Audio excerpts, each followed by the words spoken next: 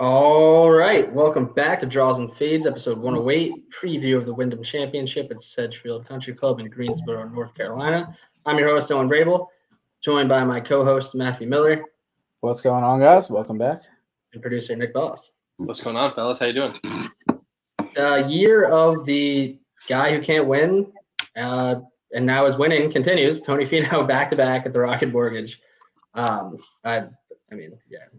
We'll get into it, but it's insane that basically everyone we've said can't win is now. We haven't seen a guy that supposedly can't win not win recently. So they're all winning. Tony Finau goes back to back.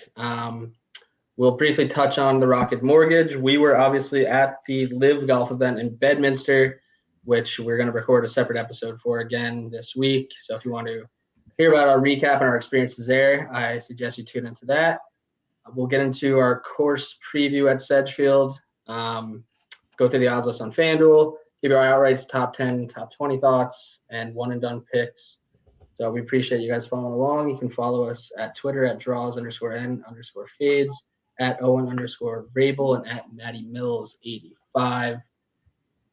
Tony Finau, boys. I can't really say that we're not if Tony Finau was going to go win back-to-back, this would be the perfect way for it to happen because he went off at under 20-1 at both times. So what are you going to do?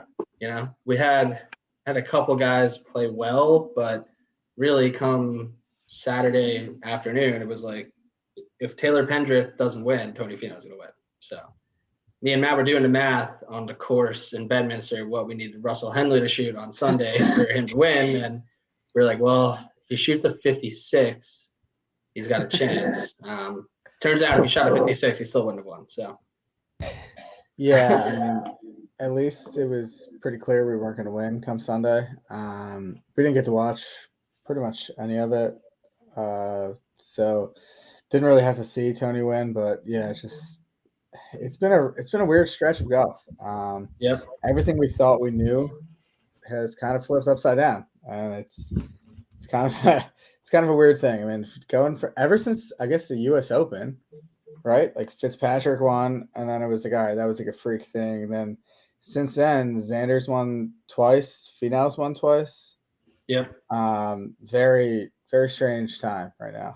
Yeah, I mean everyone's talking about it, and actually, a guy on Twitter at Golf Ramble had a great tweet that our buddy Brian Kirshner quote tweeted. But since the Waste Management Phoenix Open, only players currently outside the OWGR top 20 to win a PGA Tour event that featured someone from the top 20 in that event are Straka, Spawn, and KH Lee. And KH Lee went back-to-back at the AT&T Byron Nelson. So a lot of craziness, but only 3 players in 25 events that were ranked outside of the top 20 have won, not including JT Poston, who won, but there were no top 20 players there. So on top of the fact that the guys who don't typically win are winning, they're also guys that we typically shit on because they are ranked inside the top 20, but they don't win.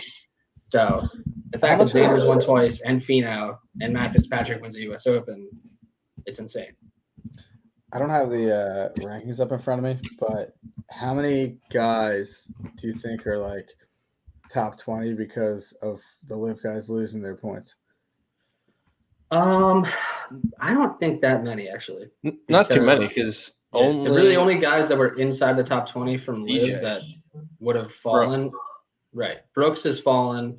Abe has fallen. But they were both right around like 18, 19. Yeah. So like they were in between 15 and 20 for a little bit. Now they're 22, 23.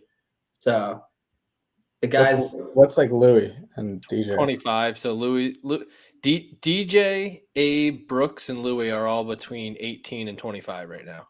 So those. And what's Reed? Paul Casey at 30, Bryson at 32, Kevin Na 33. Reed is somewhere a little further. 46. Yeah, he's fallen pretty quickly because actually. Well, he had that bad stretch last year too. Right, so that's why. That's more so the reason why. Yeah, because it's really only been 2 months.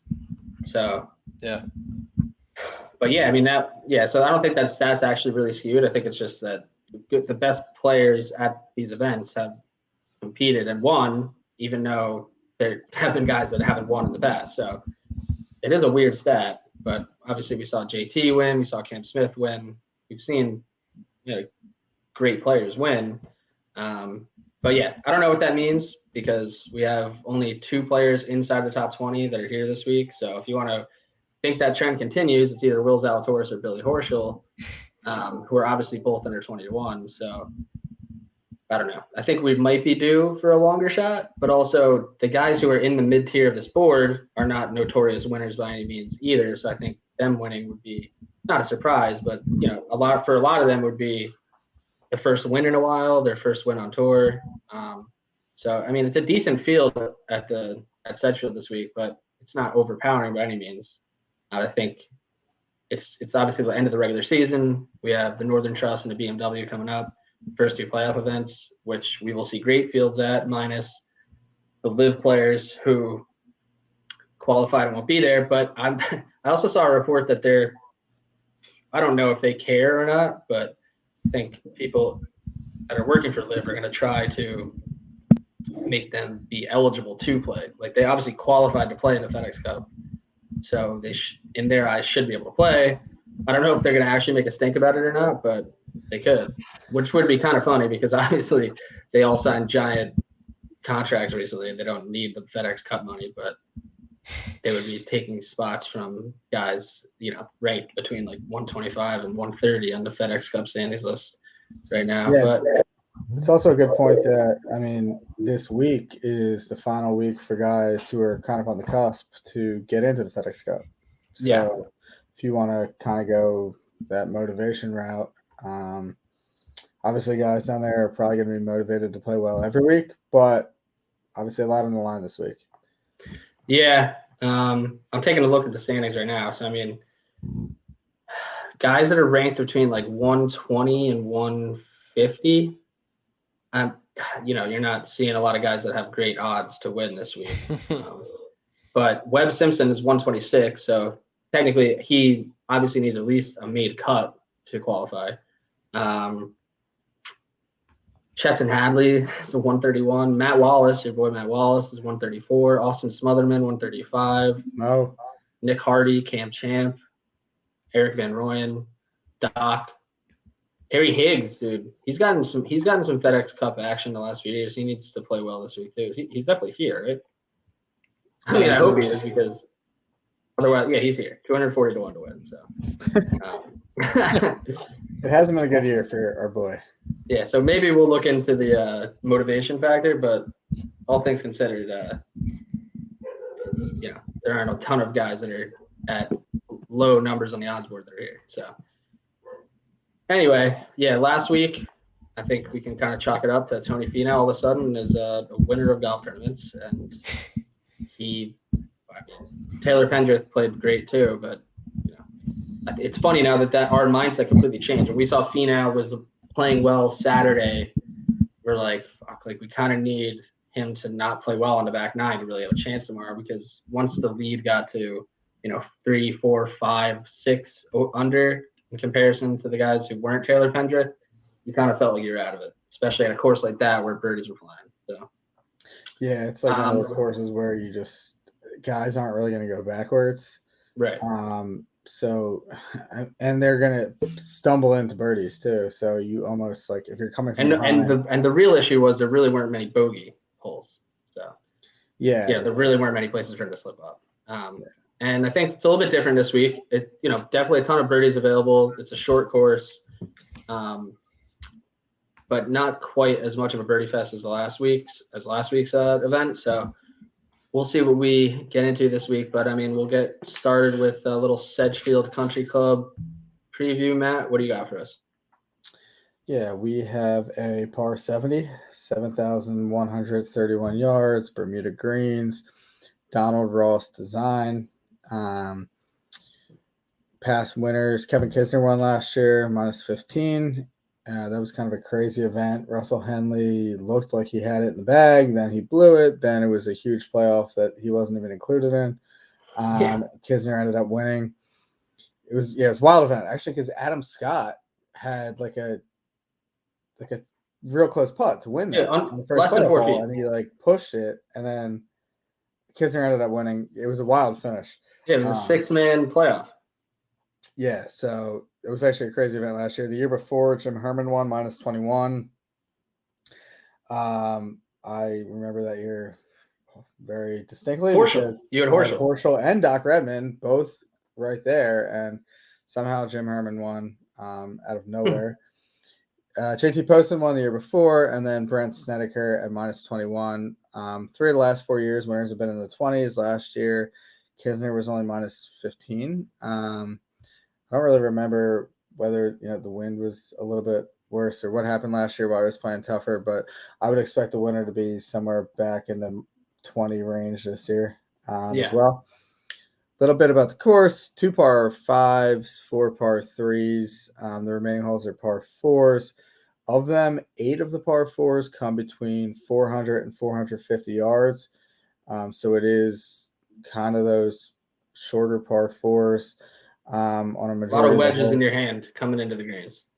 Yes. So depending on how you want to approach it, I guess. I mean, there are. Yeah. You don't have to be hitting driver on these holes either. Yeah, I mean, it's kind of a positional course. So I mean, if you want to club down off the tee, I'm sure a lot of guys will be doing that because you're not going to have that long of shots coming in regardless. So it's weird because I mean, obviously you want to be accurate and you want to be playing out of the fairway, but it's one of those things that we talk about on the show where if even you don't want to rely solely on accuracy stats because longer hitters could easily club down and be a lot more accurate, hitting not driver, hitting iron or, woods or whatever. So you kind of have to take that into account as well. But yeah, I'm going to be looking a lot at, guys who are going to be playing out of the fairway, approach numbers, and then putting on Bermuda, I think are going to be the biggest things. I don't know if you had anything else that you were looking at in particular or kind of basing off that as well. Yeah, no, I think it's definitely a positional course where you have to be hitting your approach shots well, but I think a lot of guys will have opportunities to have good looks from the tee into these greens. They're not super intimidating tee shots. You don't have to pull driver at every hole. You can kind of play the course how you want to, and that's why we've seen guys like Kisner, JT Poston, Jim Herman, even Davis Love III back in 2015. I mean, he was still old as shit then. He won. I mean, granted, he has good course history. Like he won at this event not too long ago. Henrik Stenson, like guys who weren't super long at the time off the tee. Brent Snedeker is one here. So it's definitely an approach course, and you got to be giving yourself birdie looks. I do like I think this is a good week to look at course history and comparable courses like Harbortown, which is why Webb Simpson will probably be popping up in a lot of people's models, but I guess he hasn't really been playing too well. But yeah, I'm looking at approaches that mid to short iron approach range, proximity from like 100 to 150.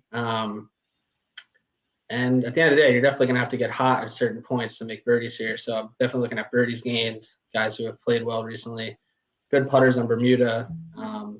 Yeah, pretty straightforward in terms of making a model this week. I don't think a lot of people are going to be seeing a lot of the same names, and that's why the odds, I think, for between 20 and 60, you're seeing a lot of guys who aren't necessarily notorious winners because, like I said, the field isn't super strong. We only have 2 guys inside of the top 20 in the world golf rankings here. So kind of got to pick your choice of the guys in the middle tier you think could pull it off this week. So that's where I'm at, and I think we can kind of jump into the odds board here.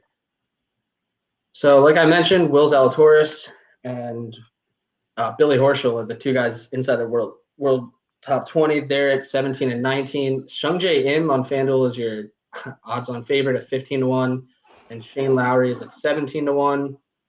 Webb Simpson, Siwoo Kim are at 21 and 22, and then Corey Connors and Russell Henley are at 24 on FanDuel.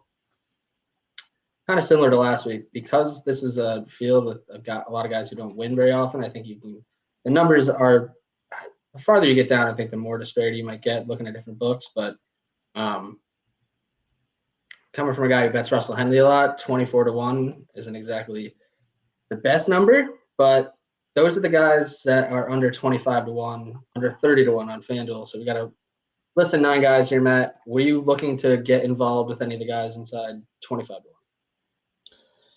No.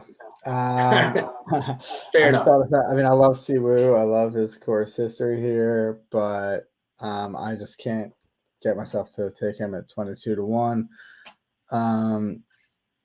Yeah, I mean, I definitely think, some of these guys are intriguing. I mean, Horschel's intriguing as well.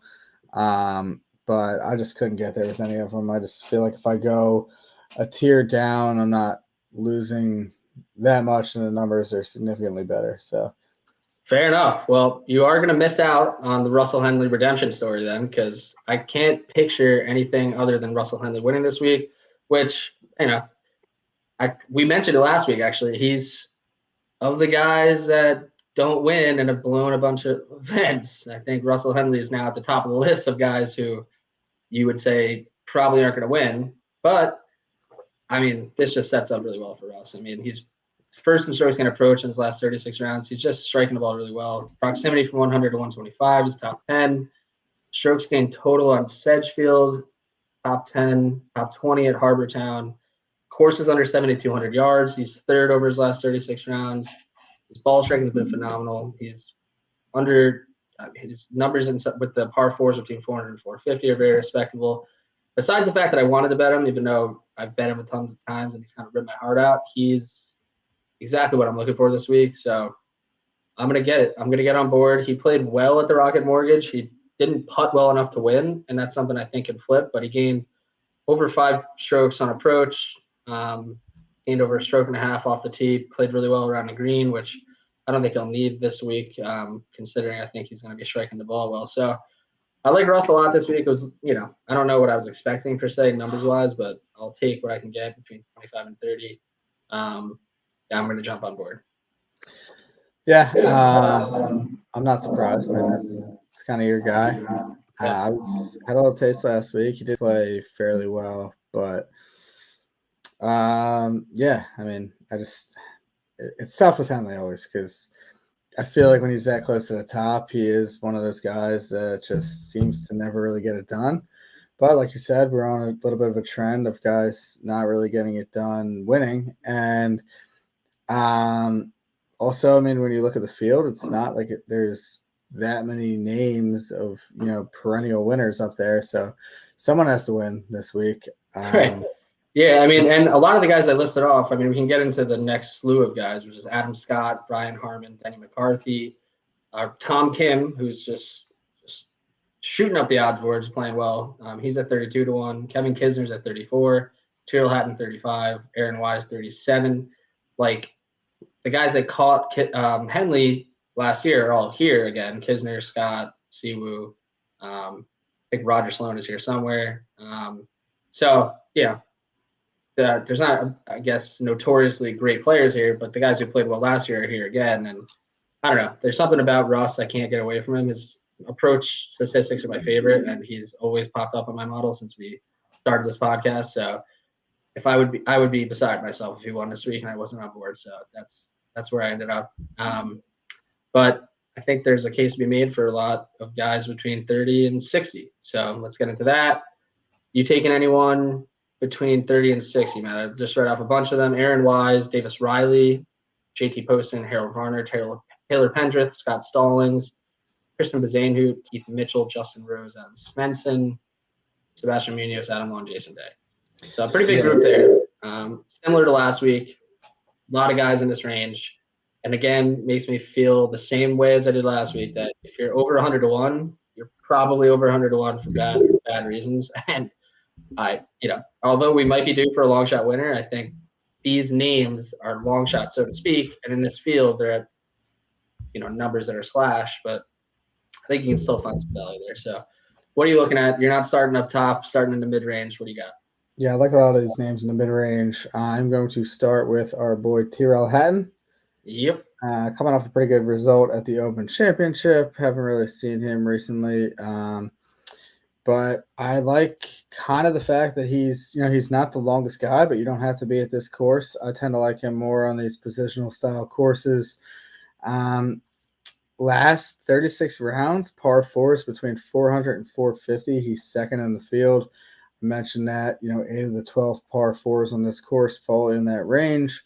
I also think that Hatton, I mean, I guess he hasn't really won that much on the PGA Tour. I guess he just won that, one time at the Arnold Palmer, but he almost won at the Arnold Palmer this year. I mean, he's won a lot worldwide. I feel like he's like kind of, I don't want to say disrespected in the odds list, but he's a talented guy to be 38 to 1 in this field. When you look at some of the names ahead of him, I mean, he's below Tom Kim on the odds list. He's below Denny McCarthy. He's below Brian Harmon. It just kind of feels a little bit weird to have Hatton behind these guys when he's obviously accomplished way more in his career. So for me, the number is really good, and I like this course setup for him. So I'm gonna take Hatton. All right, a low key shot fired at Denny McCarthy there. I mean, it's fair. Terrell Hatton's definitely accomplished more, but Denny's played really well, so I think he's deserved. And yeah, I don't hate that. I think this is a kind of the range where you can kind of fire away at a bunch of these guys. I like Denny McCarthy a lot. I pretty much have decided that I think I'm going to stick under 100 to 1 for the most part, although I've already looked at a few things over the last few minutes and I probably will take a few shots at a long shot.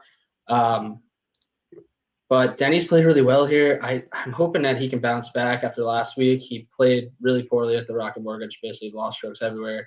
But if you look at his recent history, recent form, played really well at the Memorial and the U.S. Open, then missed a cut at the Travelers, then bounced back the next week at the John Deere with a top 10 finish again. So 3 top 10s in his last 5 events, 2 missed cuts scattered in there.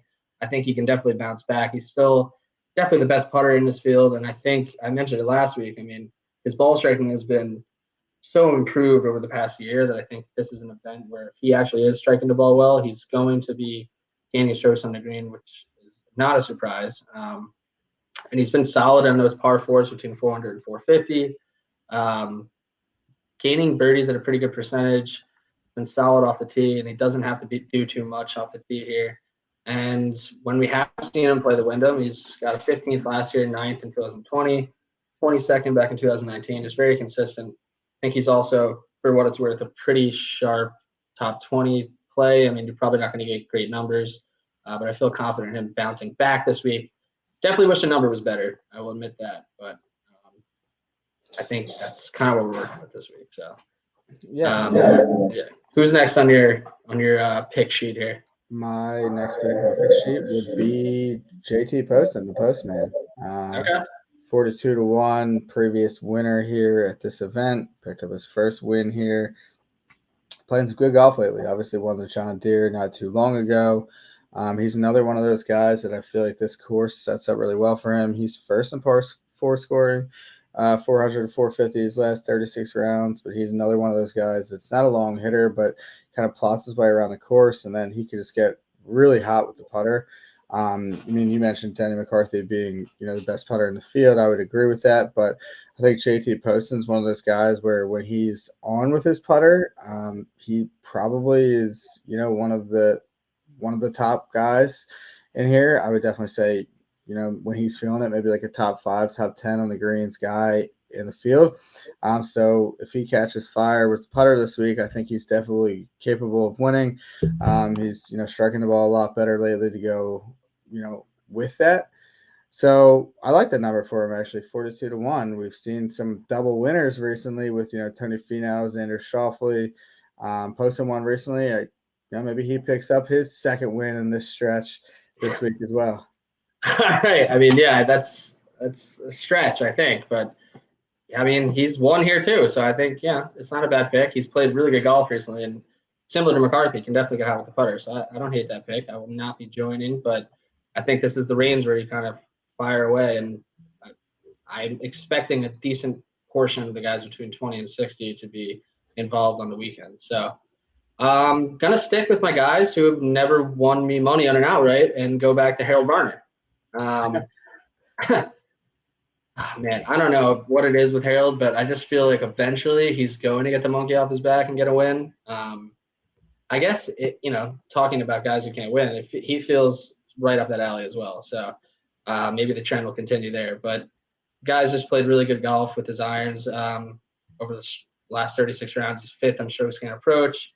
Definitely knows how to make birdies. He's 8th in birdies gained over his last 36 rounds. Has played well at Sedgefields, played well at Harbortown, plays well on courses under 7,200 yards.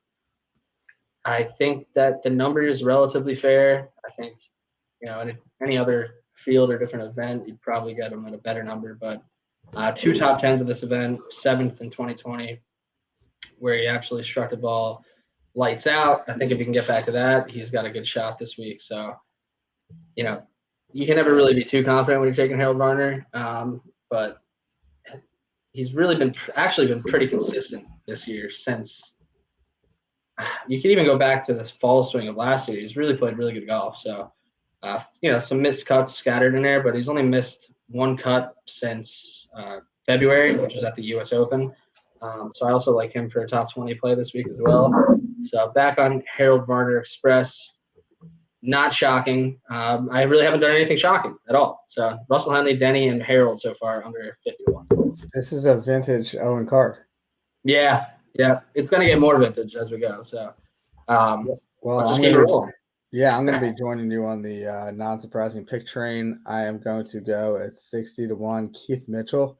Okay. I'm not going to lie. I find this number to be pretty shocking. It wasn't that long ago that Keith Mitchell was going off in better fields at like 30-1.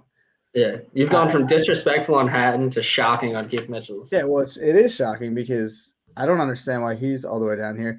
He had 2 like rough events over in the UK, which that's just not. He doesn't play like links golf really. He had 2 shocking events over there. Right before that, he was coming off a stretch where he was 6th at the Travelers, 7th at RBC Canadian Open, and 18th at Memorial.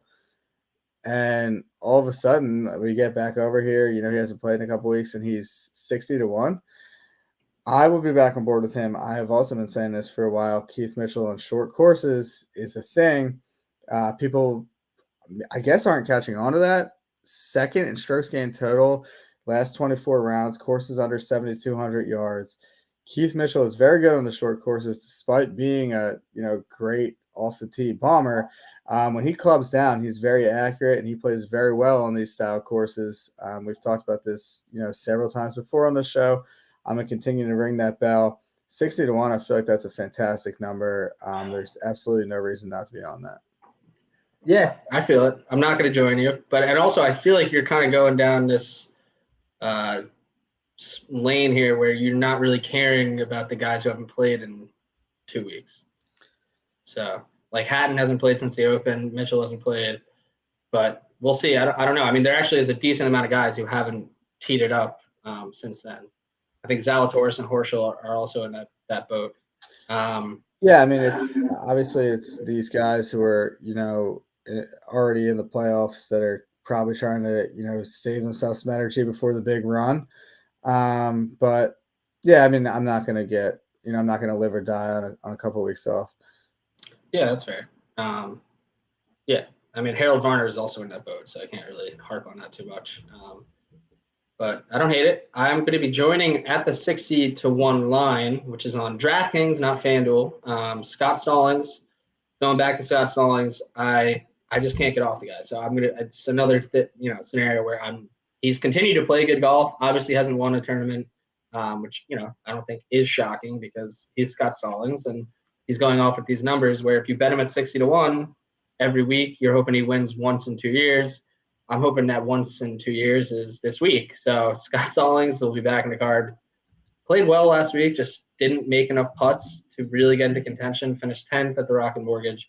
And like I mentioned last week, over his last 6 events, now he's missed 2 cuts at the U.S. Open and the Memorial, 2 of the tougher tracks. And then the 4 events that are get much easier and much, shorter fields, not shorter fields, less intimidating fields, 10th, 4th, 8th, 4th. So I like the way he's played, and I think these are the type of setups that Scott can play well at.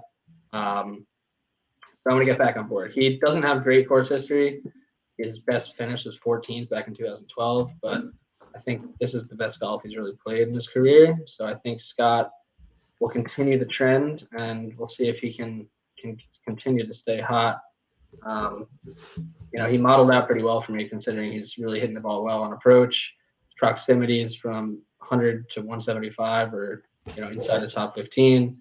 He's putted really well in Bermuda, so I'm hoping that can kind of flip for him from last week. And yeah, I'm not going to get off now. So Scott Stallings, we're just rolling with guys that I've taken and lost money on.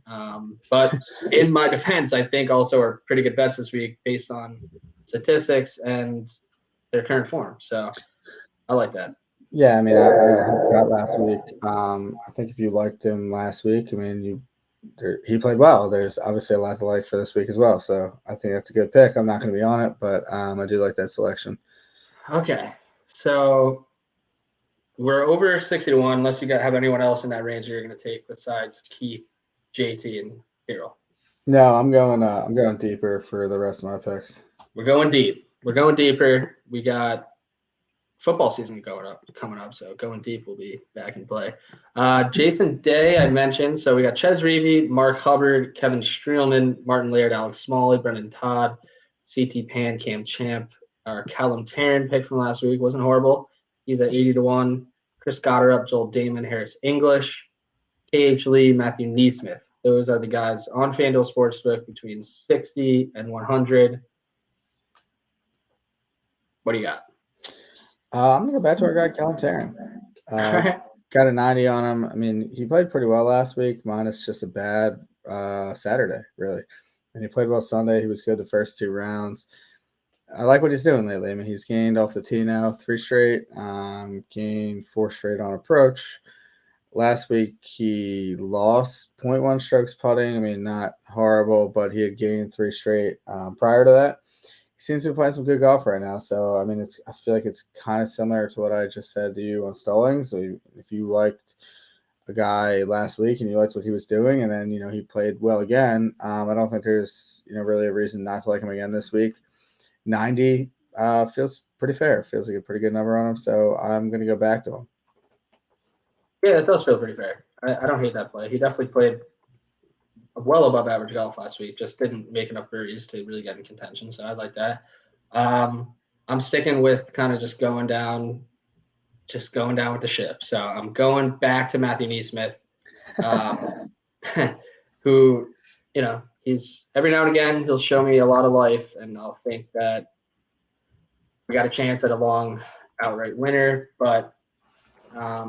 Really, I love him on approach style courses where he can get hot with his irons. He's still 10th on strokes gained approach over his last 36 rounds. He's played well at Harbortown. He plays well on courses under 7,200 yards. His course history is really not anything to write home about. He's missed cut twice and finished 42nd. But as we know with Matthew Neesmith, it only takes a hot round to make you feel something. So, getting back on board with Matthew Neesmith. He's been good off the tee. His putting is always a disaster at times. So, which is kind of bizarre because he actually did putt well here last year, even though he missed the cut. So hoping he can find a hot putter and get back to the form he had at the Travelers in June, where he gained almost 7 strokes on approach. So I think, in theory, this is the type of course that Matthew Neesmith could play well at. So I'm going to take him at 100-1. I like it. And I kind of avoided really everyone between 60 and 100.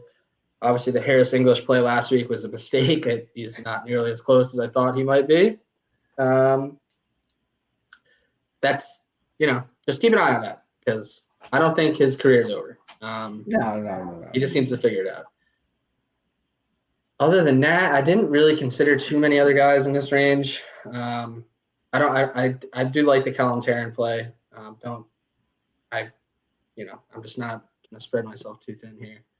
I don't really have anything else besides an absolute bomb, and I wouldn't suggest it, but I'm going to do it. I'm going back to Doc Redman, obviously. Wow. Can get him at 300-1.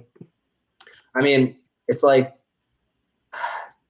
yeah, exactly. And it's another one of those, you really don't want to miss out on a place where Doc has a 3rd place finish. Obviously, those are surrounded by 3 missed cuts here. So he's as streaky of a player as you could possibly get. He's in the midst of not great golf, and we haven't seen him really on a stretch of good golf since I would say maybe like late spring, early summer of 2021. But we've seen spurts here and there, and he played pretty poorly last week. Did make the cut though, so yeah, I don't know. 300-1. It's just a flick. So yeah, I mean, when you're taking a bomb, there's a reason they're down there. There's not a whole, it's a gut feeling. It's what you're feeling it, you take it. And I mentioned even earlier, like even over 100-1, like there are some recognizable names and guys we've talked about plenty. But if they were in any sort of good form or had good course history, they wouldn't be over 100-1 in this field because the field's really not that strong. So even guys like we've talked about, like Doug Gim, Patrick Rogers, Mackenzie Hughes, Russell Knox. I mean, you could probably make a case for them, saying that they could get hot, but I think it's a crapshoot once you get over 100, especially in this field. So that segues perfectly into my next pick, who's over 100, and it's someone who hasn't played well this year. So I am going to go back to my guy, Matt Wallace.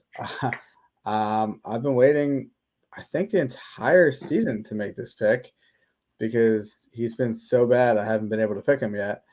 But we've finally seen a little bit of form. He was 26th at the 3M. He was 10th last week at the Rocket Mortgage. And that is enough for me to consider it a trend and get back on the Matt Wallace train. 120-1. He's now gained off the tee in 3 straight events.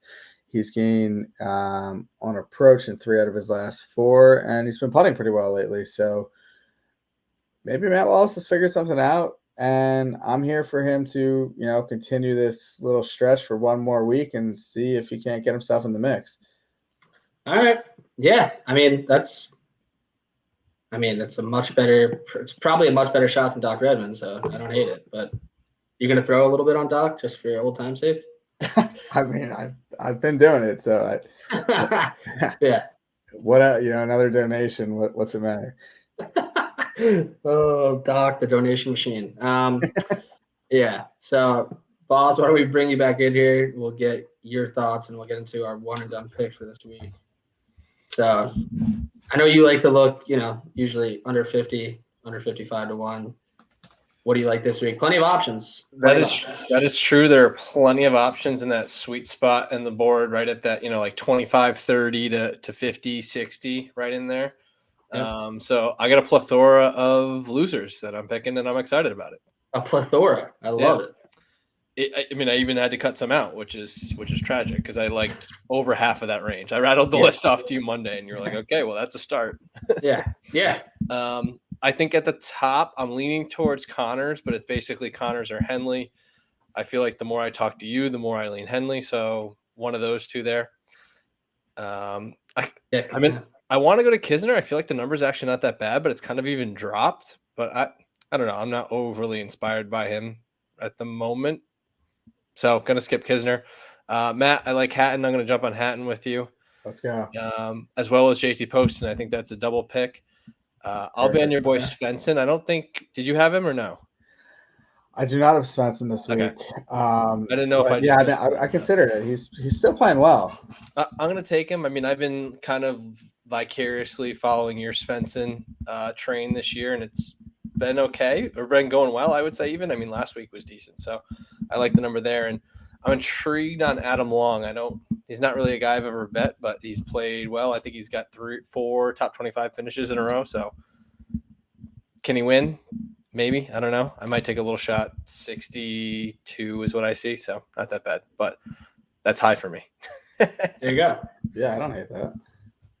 I kind of like that card. Yeah. That's a good card. Yeah. Oh, yeah. We got some nice looking cards here. I mean, I think we kind of nailed it. Too. I was remiss not to lead off there. 25 to 60 range, I really think is the sweet spot here this week, which, I mean, we haven't actually seen a ton of winners in that range because Finau, Xander, even Fitzpatrick, I mean, I guess you probably could have gotten a 25 or higher, but we haven't seen really guys in that sweet spot range, which we love to bet in, really winning too much. And I think that's going to come back towards I think water will find its level. I don't think that the favorites are going to be winning every week. And I think we've kind of run into a trend that can't possibly continue. So I like it. One and done. I had my first one and done tragedy of the year, which is I had Cameron Young locked in my brain for the Pat Mayo one and done, and went in there Thursday morning, and he wasn't on, and I had no pick. So lost out on a nice finish from last week by Cam Young. Guess some positive note. I guess I still have him available if I want to use him in playoff events, but I think I'm going to take Siwoo Kim this week. I mean, he's actually has really good course history here. We've seen. I mean, he's obviously at the top of the board here, and he's played well last week at the Rocket Mortgage, played well at the Open Championship, and you can't really deny his finishes here. Runner-up last year, third in 2020, fifth in 2019, first in 2016. Siwoo Kim looking like my one and done pick this week. What do you guys got?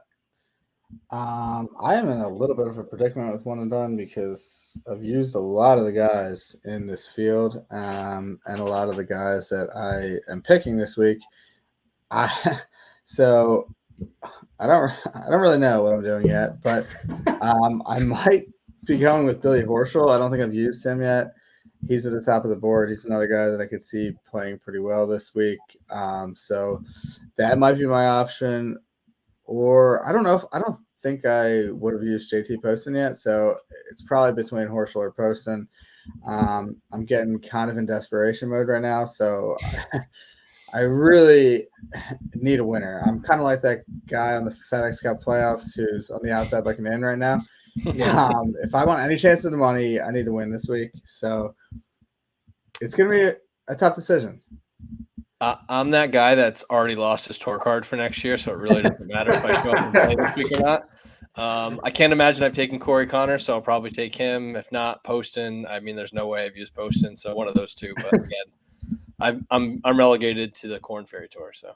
All right. Well, relegation will you still got a couple shots here, but actually we kind of got away from this theory, but per your theory, Callum Tarrant is currently 118th in the FedEx Cup standing, so he should be extra motivated this week.